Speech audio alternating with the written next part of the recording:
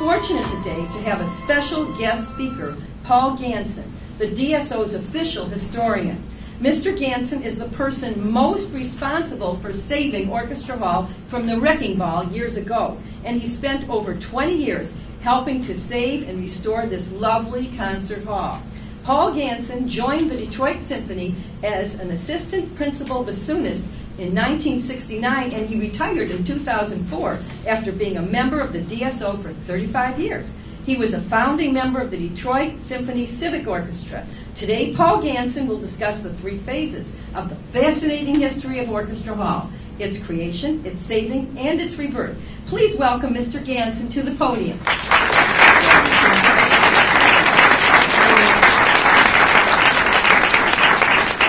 Thank you, Ann. I will use this microphone, although I don't like to, but I think you might be able to hear me better than I believe you possibly could if I spoke without it. That's just one of my many prejudices that you'll have to put up with today. But let me know if you do not hear clearly, and I will try to speak more intelligibly, and I will be happier if you're happier with not what I'm saying, but the way in which I'm saying it and the way in which you're hearing it. Because there have been a few hitches, but really they go to, I think, some of the many befuddling situations that I face in life, that I've been facing, only because I'm a person that I don't try to be difficult, but I'm thrown into the midst of difficulties. And I'll ask questions like, that's music?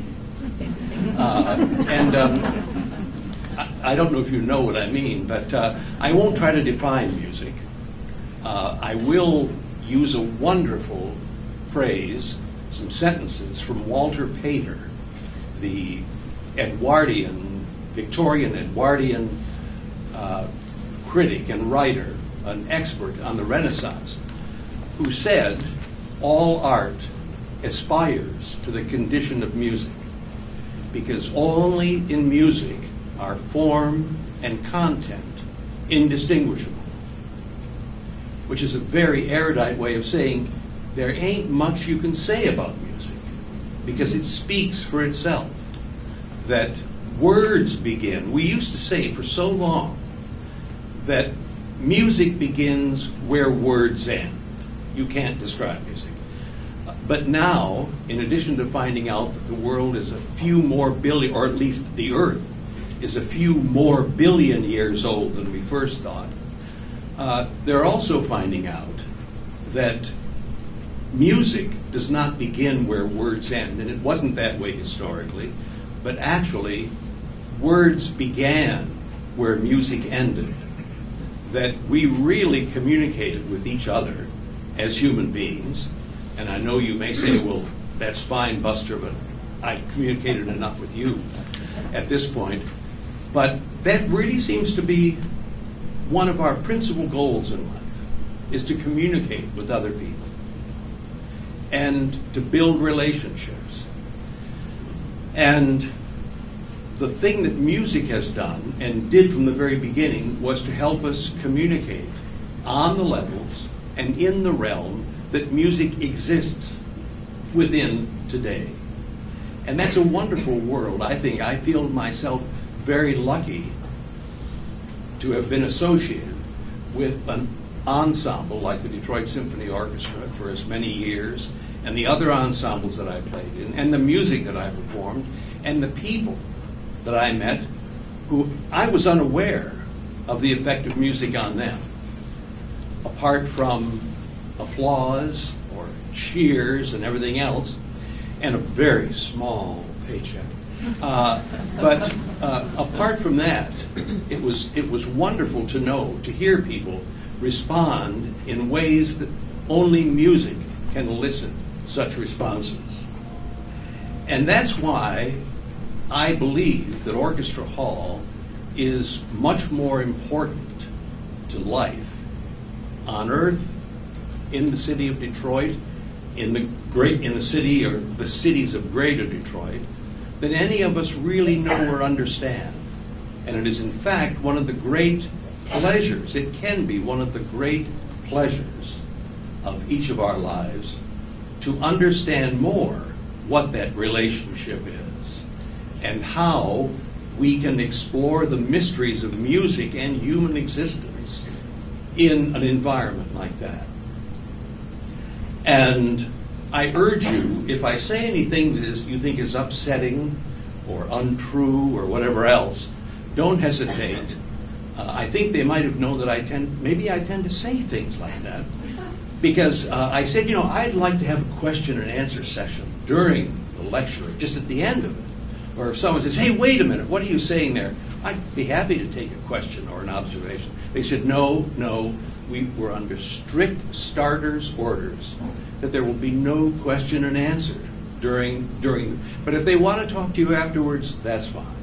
So I look forward to meeting as many of you as would like to discuss some of the things that I might be saying, because I don't even know what they are yet. So I can't give you an indication of what those things are or what your questions should be to elicit the best answer from me. But we'll just wing it, as it were. We won't go by a score or a script. We'll ad-lib.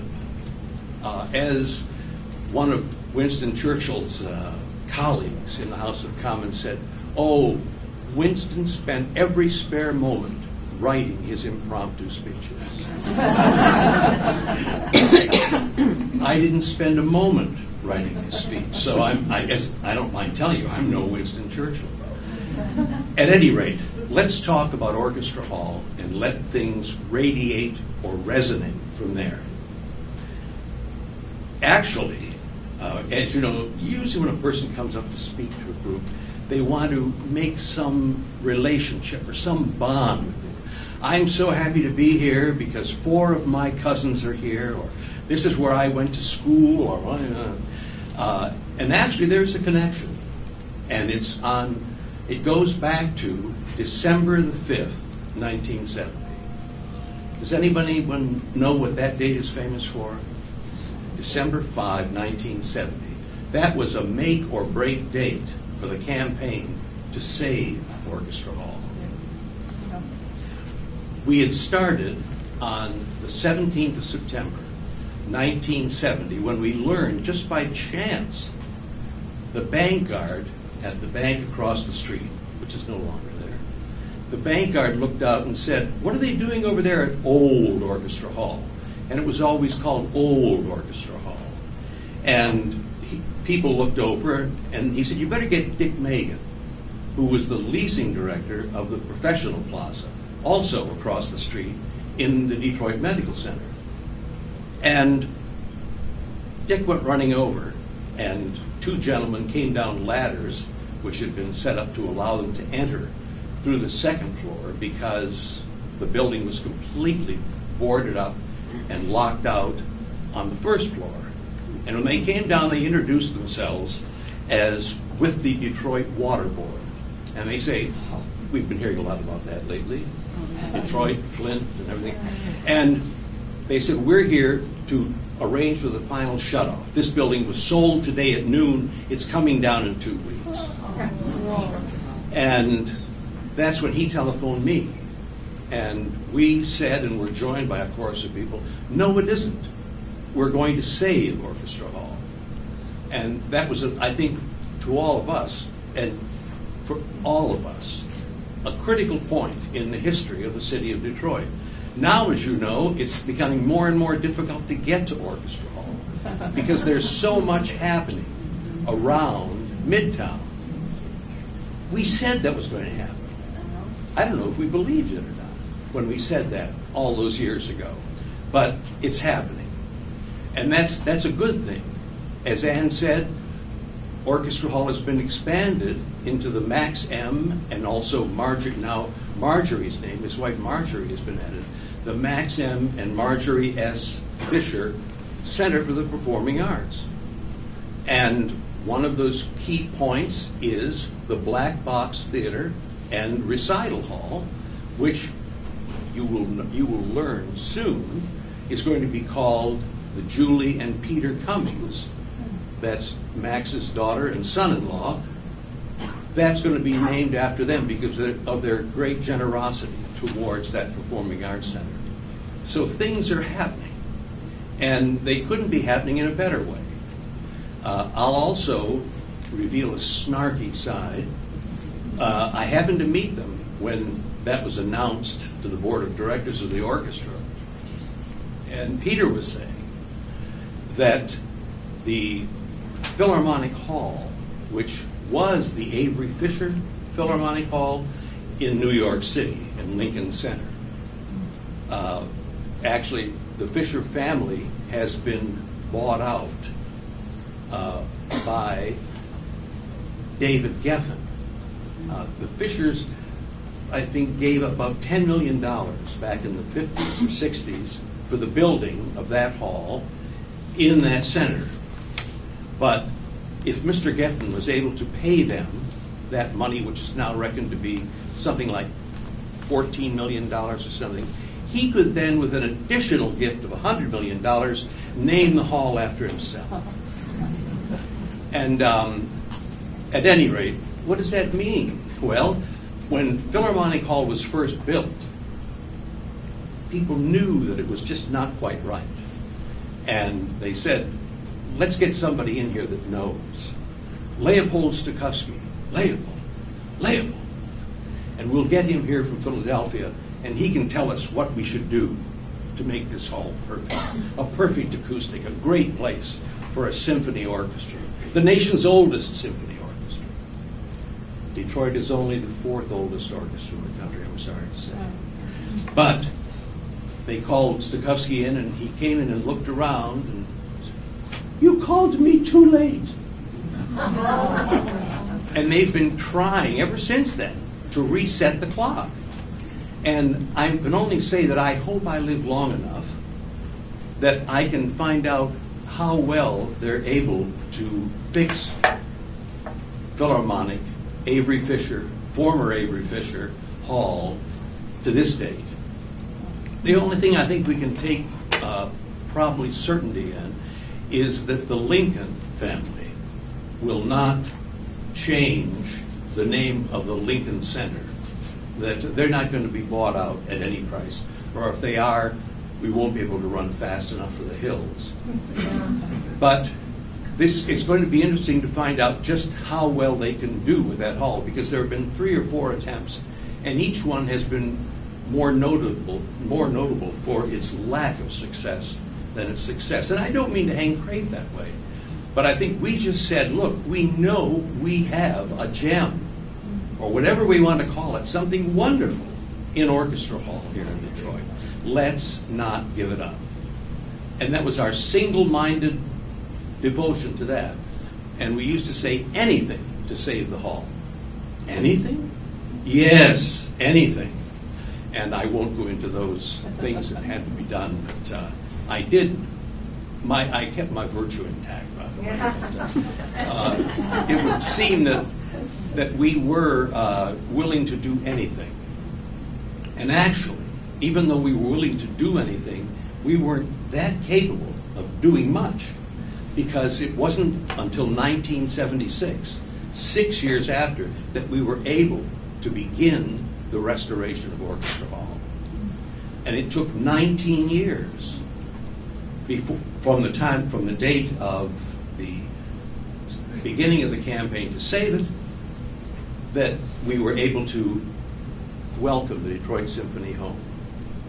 And that was never, when you say anything to save the hall, yes.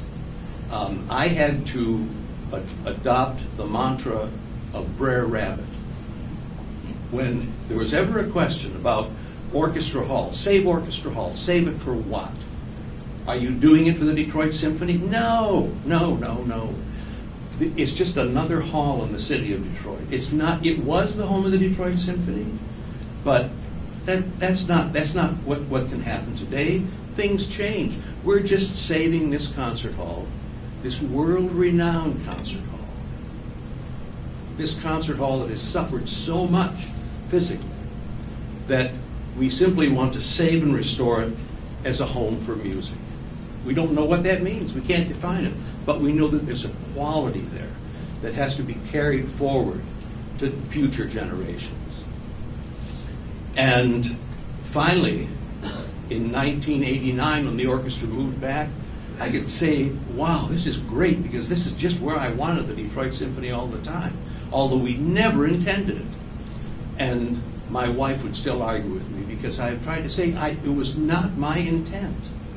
Just as when we buy a bottle of duty-free Canadian Club at the Canadian border, when you could cross the border with a little more ease than today, and they would ask you, are you going to be staying overnight?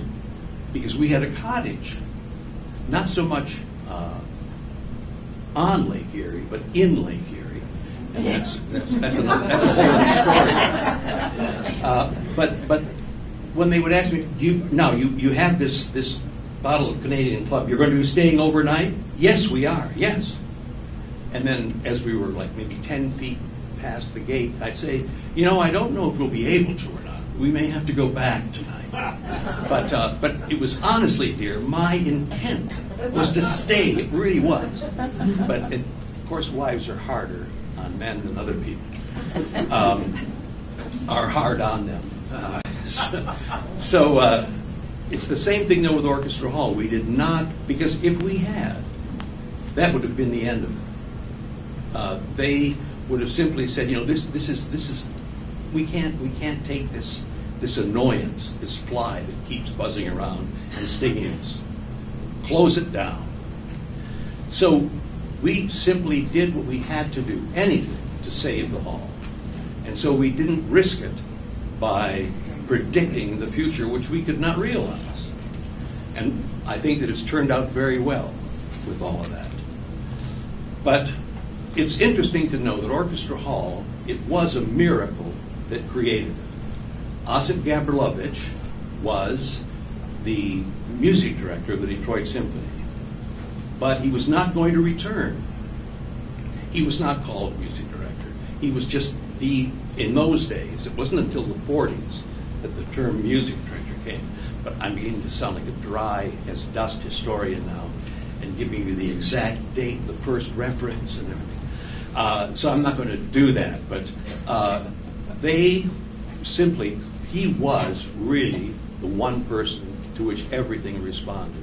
And he was a wonderful artist.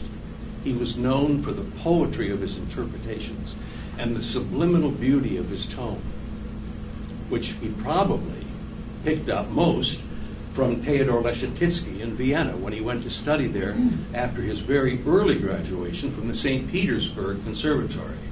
He and Németh Järvi went to the same conservatory a few years apart, but he went to Vienna and studied for 2 years with Theodor Leschetizky, at which time he met Clara Clemens, the daughter of Mark Twain.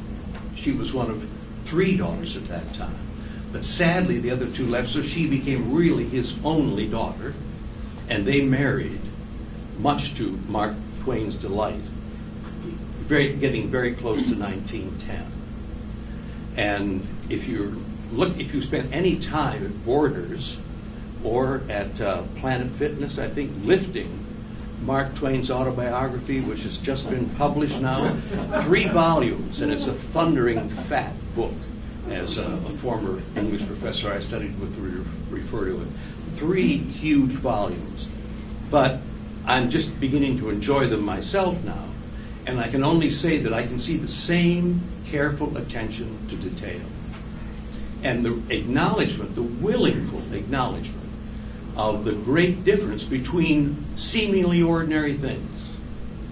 When Mark Twain said the difference between the right word and just any word is the same as the difference between lightning and a lightning bug.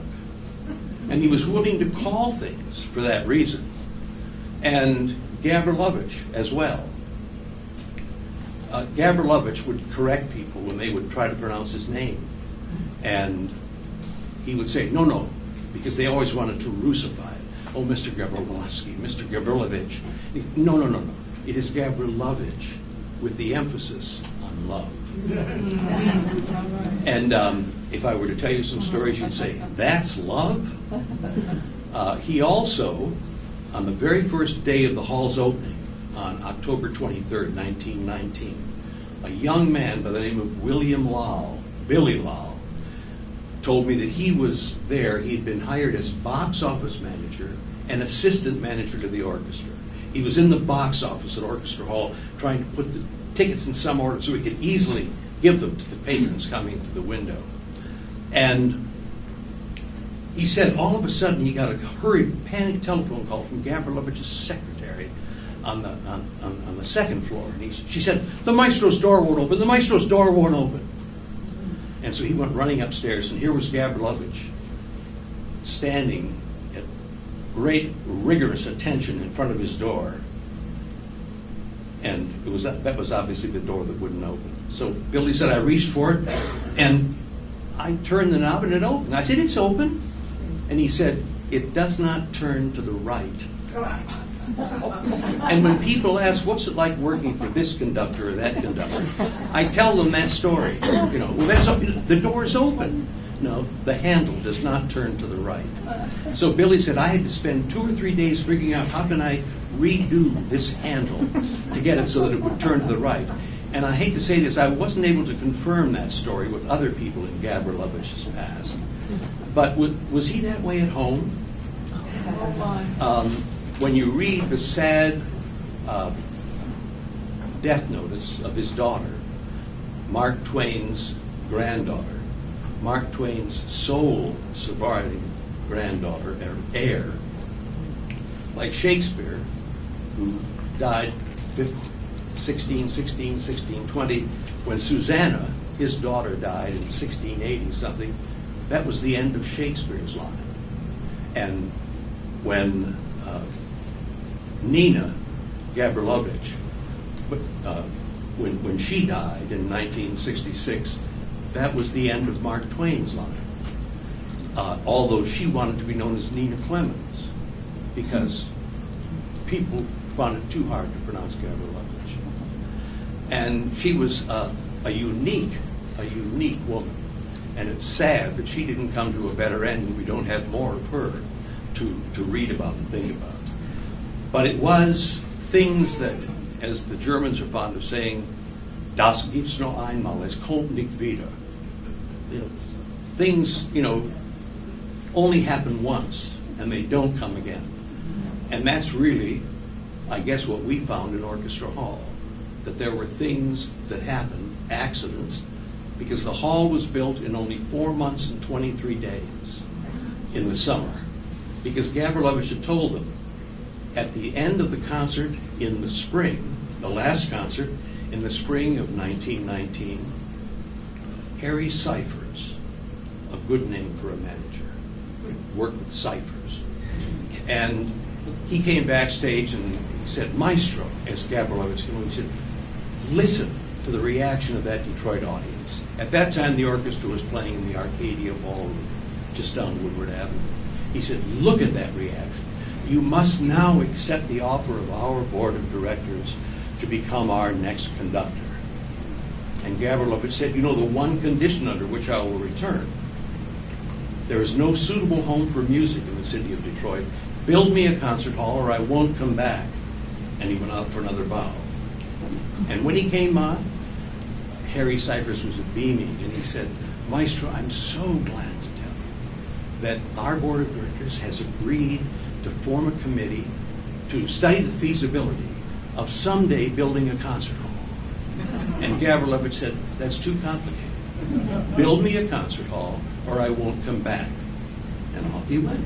So Harry Cyphers was waiting again. Gabrilowitsch came off stage and he said, Maestro, look, this is Sunday afternoon. Like this is a Sunday afternoon. And he said, let's talk about this. He said, let's go to lunch on Tuesday and we can talk about it there. And Gabrilowitsch said, well, I'm very sorry, but I'm leaving by train tonight for New York and Philadelphia on a solo recital tour. You may contact me there. Good day.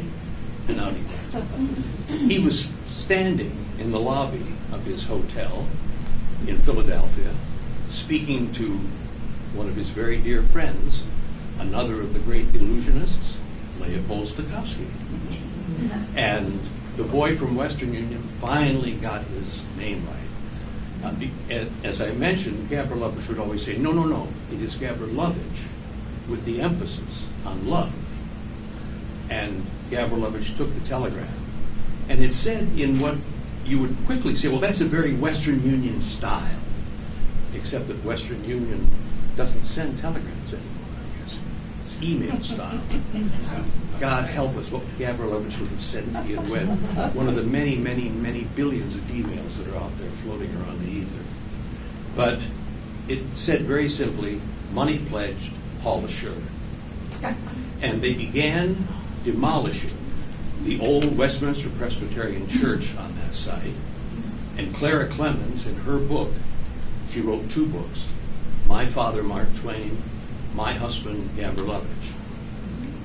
In the book on Gabrilowitsch said, so concerned were they to build that hall to secure my husband's continuation, that they began demolishing the front doors of the church while there was still a wedding going on at the altar. And it was very necessary for them to get the wedding over before they did much work on the demolition. Just to show you what a fool I am, I once said to my wife, I said, darling, wouldn't it be interesting to look in and see how that marriage turned out? I mean, under those conditions. And I was told, no. So I have learned a few things in life. But they opened on October 23rd, 1919. And it didn't look exactly like that. That photograph is from May of 1920. And that is when the decorations had been completed.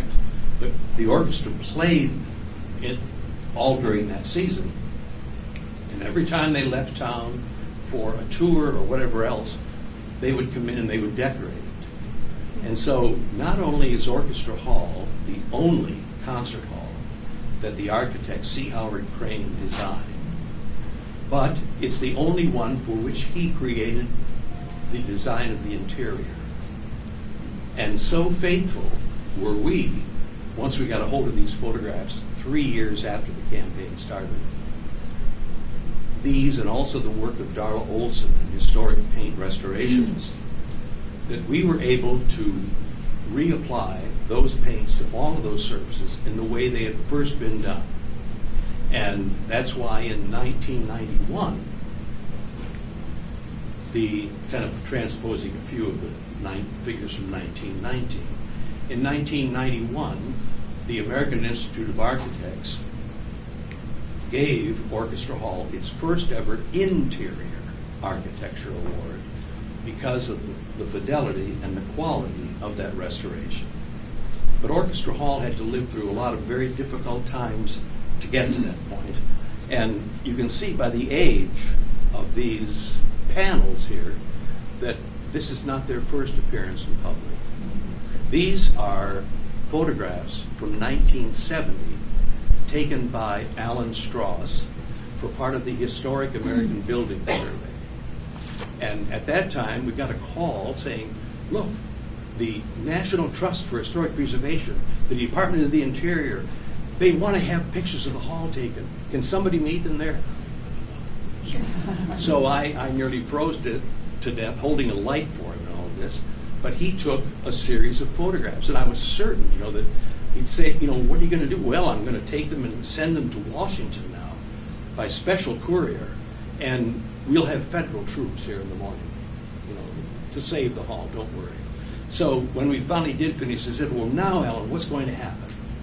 And he said, well, I'm going to go back to my studio, develop them, and then I'll send them to Washington, or maybe to Chicago, I don't know which, because that's where the Historic American Building Service look in Chicago, not Washington. Yes, and then what? Well, they want a record of what the building looked like, so when it's torn down, they'll have the record of it. So we said, well, we can go partway with that. And I think I may have said to them, well, here's your light back. and people know lights don't get hot anyway. But these two pictures, and I apologize for them, the reason I didn't want you to see them too very much because one, the photographs themselves, the blow-ups, are themselves very old, and they look very ratty and very dog-eared. But what they're trying to depict might even look worse. If you stare at them for a little while, you can see there's pitch and guano on the backs of the seats here, because for reasons that you can learn in a subsequent volume, the Detroit Symphony Orchestra suffered through the Depression worse than probably any other orchestra in the United States. And that's the kind of a credit or a distinction one doesn't want to fight for. You want to fight to overcome it. But the musicians of the orchestra were on half pay. Mrs. Dodge used to have bushels of potatoes delivered to the stage door. And finally, the Mrs. Fords, Mrs. Henry Ford I, her daughter-in-law, Mrs. Edsel B. Ford, convinced their husbands to hire the orchestra for the summer of 1934 and to take them to the World's Exposition in Chicago. And they played 180 concerts. And then they came back to start the Ford Sunday Evening Hour. And then they did that. They performed those in Orchestra Hall. But success was its own problem because such was the demand for tickets. The tickets were free, that they didn't have enough seats. That they always had far more numbers of people that wanted to come to the concerts than they had tickets or seats available. So they moved to Masonic, which is 4,500 seats. And then wizards, scions of business, were able to say, my God, 4,500, that's twice the number of seats you got in Orchestra Hall. That's twice the income. And they were able, so then finally, Gabrilowitsch died on the 14th of September, 1936. The 14th of September is, by the way, the birthday of Shaul Ben Meir, but that's another story. They planned that they would survive there.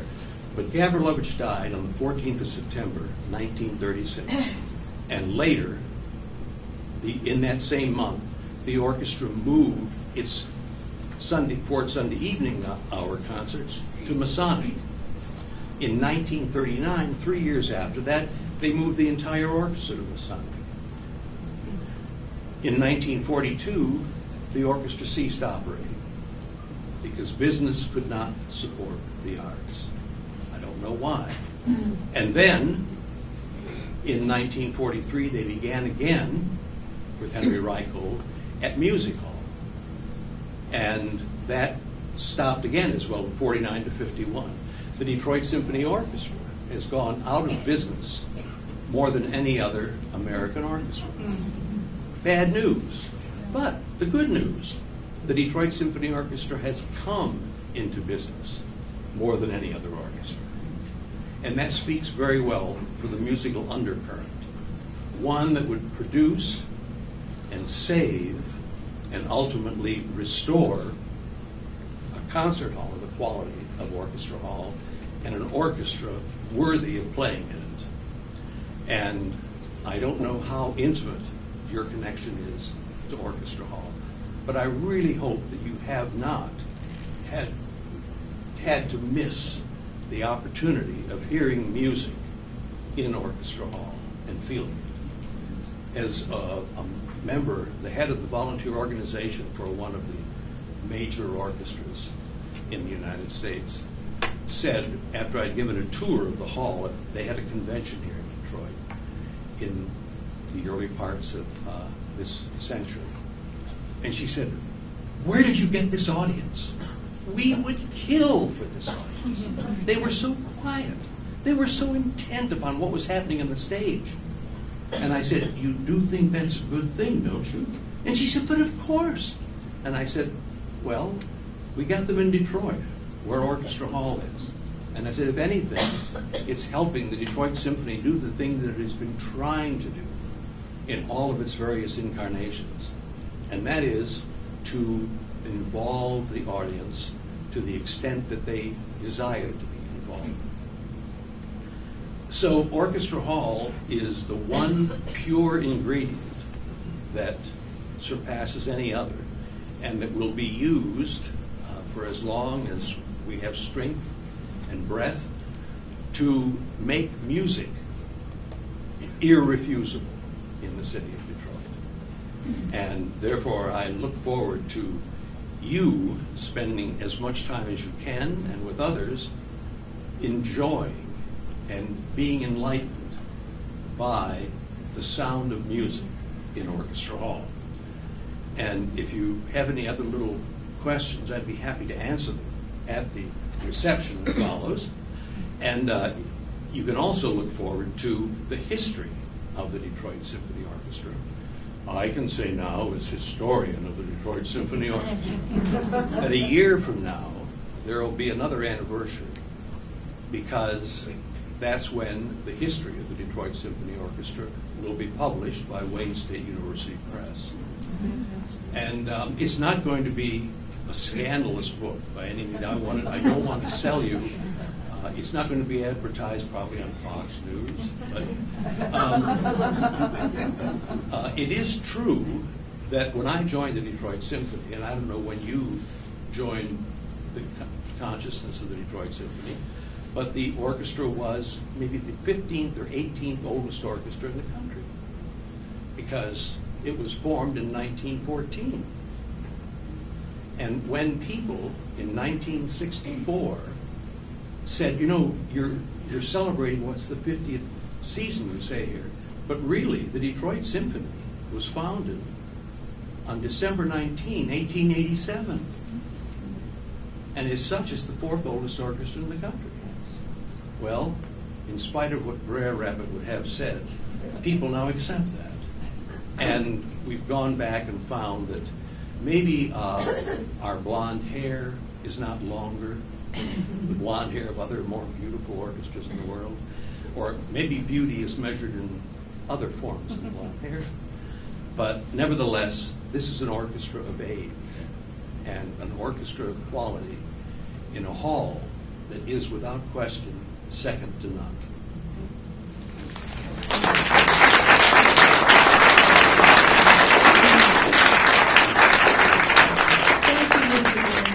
Informative and interesting lecture.